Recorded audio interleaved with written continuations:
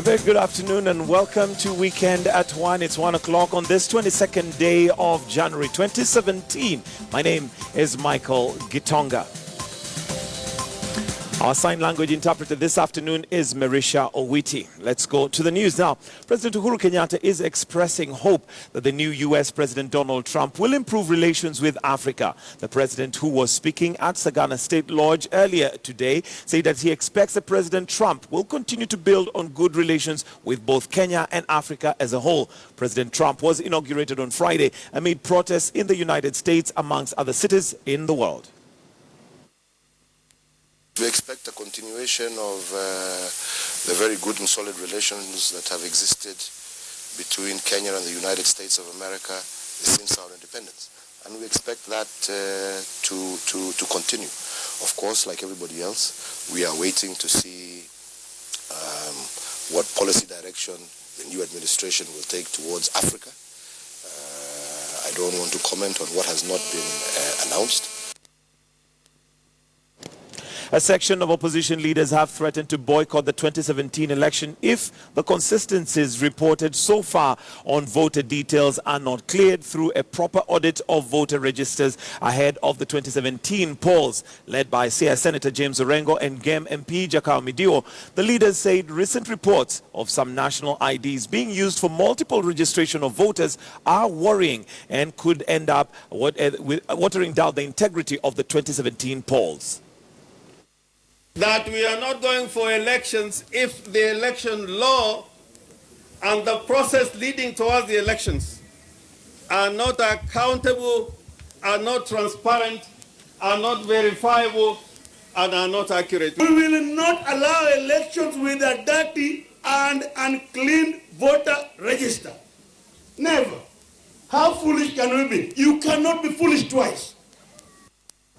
Wasingishu women representative aspirant Gladys Bose-Shuley has called upon border operators to reclaim their position by providing efficient services. Speaking in Kapsoya during the launch of Anaikpoi Border Sacco, Shuley urged border operators to avoid being misled by political leaders to push their political agenda.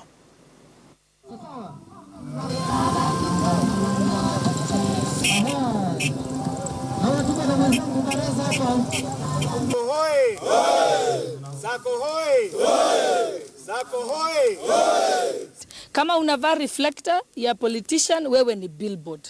Lazima walipe yes, wasikie vizuri. Na nimewaeleza mara mingi, you're a billboard. Kama mko na sako, you can negotiate fees of how much you should be paid so that you can wear the reflector bearing someone's name, including myself, for the week.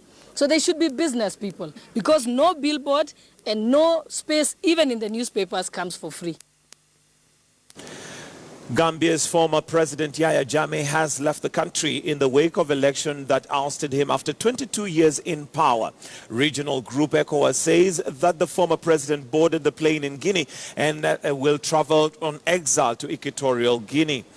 Jammeh was defeated in December's election by Adama Barrow, but went on to challenge the results. Mr. Barrow has been in Senegal, but says he will return to Gambia soon. In an interview with the BBC, Mr. Barrow said he wanted to create a Truth and Reconciliation Committee to investigate allegations of human rights abuses during Mr. Jammeh's time in office. Marseille de Souza, president of the Economic Community of West Africa States, ECOWAS, said that the military operation that would send African troops into Gambia to support Mr. Barrow was now over, though some would remain to ensure security. Tension and fears has gripped villages in Kabanga in Moranga following the killing of two security guards last night. The two were hacked to death by armed gangsters at around 2 a.m. as they manned a construction site along Keno-Makuyu Highway. The gangsters later on stole construction tools and equipment. According to one of the site workers, Bernard Kamande, who narrowly escaped death, says the gangsters ordered them to open their houses before tying them up with barbed wire. Among those who visited the scene is local MP Peter Kamande, who described rising cases of insecurity. Kuamka kuangalia nje tukakuta tumemulikwa na matochi. Baada hapo ndio akaona watu hawajalala, akaamrisha tufungue. Sasa kufungua ndio akaingia na chuma, wakatuamrisha tulale na tuangalie mikono iangalie na nyuma, akatufunga na kamba, alafu akatasegenge wakatufunga nazo mpaka mguu. Kitu tunahimiza sasa polisi ni wakae macho, sababu mwezi uliopita tulipata mzee mmoja ameuawa akiwa analinda workshop moja watu wa barabara. Leo usiku nimesikia ya kwamba wazee wawili wakaaji hapa Maragwa, watchmen pia wameuawa. Yaonekana kuna mahali kuna upungufu. Tungeuliza watu waongeze nguvu kidogo, tuweze kuona kwamba hawa watu wamechukuliwa hatua na wameshikwa.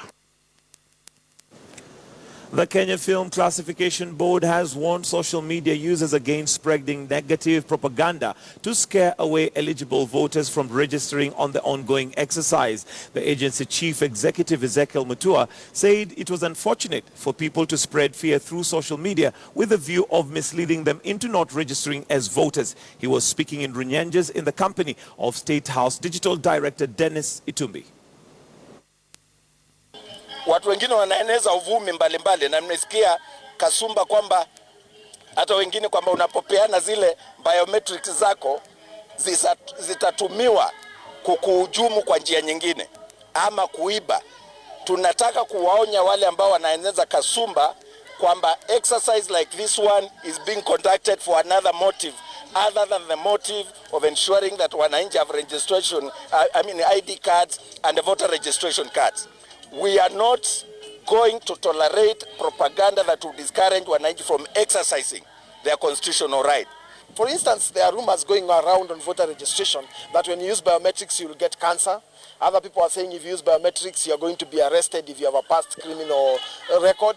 We want to be very clear. That is a lie. The truth is, biometrics actually help you to have a record that people can easily trace you if you get, if people can be able to trace you if you get lost. People can be able to confirm to you, even if you come to a voter's polling station and you have lost your ID and your biometrics are registered, you are able to vote. It actually makes life easier than hard copy. Jubilee Party officials in Mombasa have kicked off a voter registration sensitization campaign in the coastal county.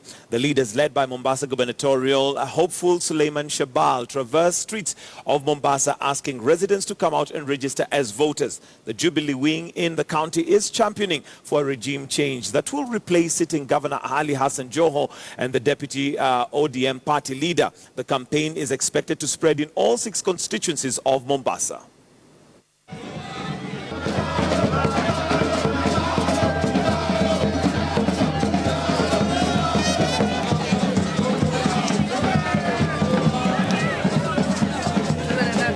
And that change can only come if the people of Mombasa, number 1, register today, number 2, vote on the 8th, and number 3, ensure on the 8th that the vote is not stolen. So my message to the people of Mombasa, you must come out in large numbers. This is the chance to exercise your democratic right and to exercise your democratic responsibility to register as a voter and to make change in the city of Mombasa. Kilifi woman Rep Aisha Juma is accusing the government of allegedly dishing out fake title deeds in the coastal region residents in order to entice the locals to vote for Jubilee administration. She says that it's only the courts that can declare title deeds fake or genuine. Juma accused Land CS Jacob Kaimenyi of politicizing issuance of title deeds. Sasa wamekuja kutuzuzua sisi, na hivi nawaambia, manake walikuwa akija post wanasema wanasuluhisha matatizo ya mashamba kwa kupeana title deed. Koti imefanya ruling ya kwamba hizo title deeds ni feki. Kwa hivyo sisi wa Pwani tumehadaiwa kwa kila njia ndani ya serikali ya Jubilee. Na mimi nasema ni masikitiko makubwa sana. At least 32 people were killed and dozens more injured on Saturday the 21st on the night when a 9-coach of the passenger train derailed in India's southern state of Andhra Pradesh in the latest disaster to hit the vast and accident-prone state railways. Officials say the express train from Jaglapur and Bungadwar derailed near Kunesh station around 30 kilometers outside the town of Raigar. An official said that the relief rescue operations were in full swing to save as many lives as possible. Rescuers pulled out many injured passengers from the derailed coaches and looked for survivors, saying that through the mangled wreckage. We can see that the track is broken at 2 places. The 2 tongue rails next to the main stock rail or the main rail on which the wheel is, those 2, we can see cuts on them. Now, this is being looked into by an expert team. Chile is under a state of emergency as more than a dozen wildfires that have been scorched nearly 80,000 hectares and threatened to encroach on town factories and vineyards. Firefighters, forestry service personnel and members of the military are battling at least 18 separate blazes in the centers of south of the county that have been fueled by strong winds and a heat wave. Some 40 homes have been destroyed according to the National Emergency Office. Reports say there are a total of 50 fires. One of the largest has consumed 24,000 hectares in the rural area, some 140 kilometers south of the capital, Santiago.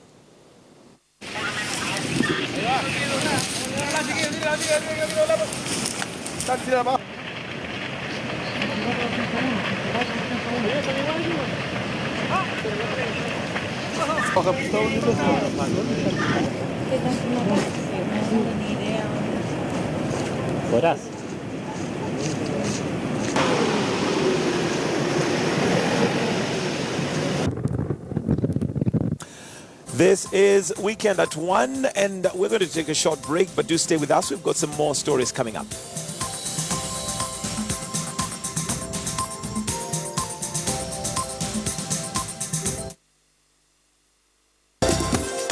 Here are some more stories. Now, the state of drought in Kitui County is expected to escalate following poor rains, which have led to a total crop failure. Local residents and leaders are asking the government to supply them with relief food. Mwada Muluki, a resident of Bondoni in Wingi West constituency, says the crop failure has left most parents desperate, as most people in the area depend on farming for school fees. Parents have the fear that their students may be forced to drop out of school. Former PS in the Ministry of Lands, Dr. Gideon Mulungi, says he is also urging the government to quicken the process of reintroduction of school feeding programs. Naenda na upepo na kuna njaa mingi sana. Ndio hata hiyo mvua ingine ya mwezi ya 4 hatukupata kitu. The last season of rain, we didn't get enough rains, and therefore there was total crop failure. And as we speak now, people are suffering because of food. We don't have food. People have started dying because of lack of food. And as you realize, schools have opened, and when there is no food, kids don't go to school. Kajiado gubernatorial race has intensified, with 5 Jubilee aspirants currently negotiating to find the best candidate to face the incumbent David Ndikanye. There are fears that the high number of aspirants may not work well for the ruling party Jubilee, but the aspirants have vowed to deliver the gubernatorial seat to Jubilee.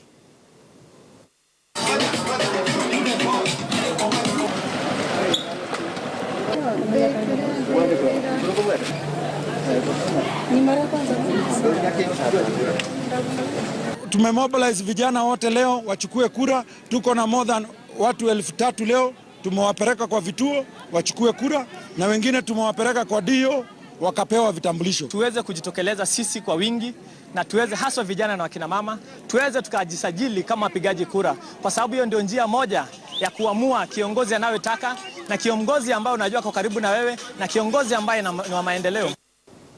And that's it from Weekend at 1. Thank you so much for keeping us company. From me and Marisha Awiti, who is a sign language interpreter this afternoon, we wish you a good afternoon and enjoy the rest of your weekend.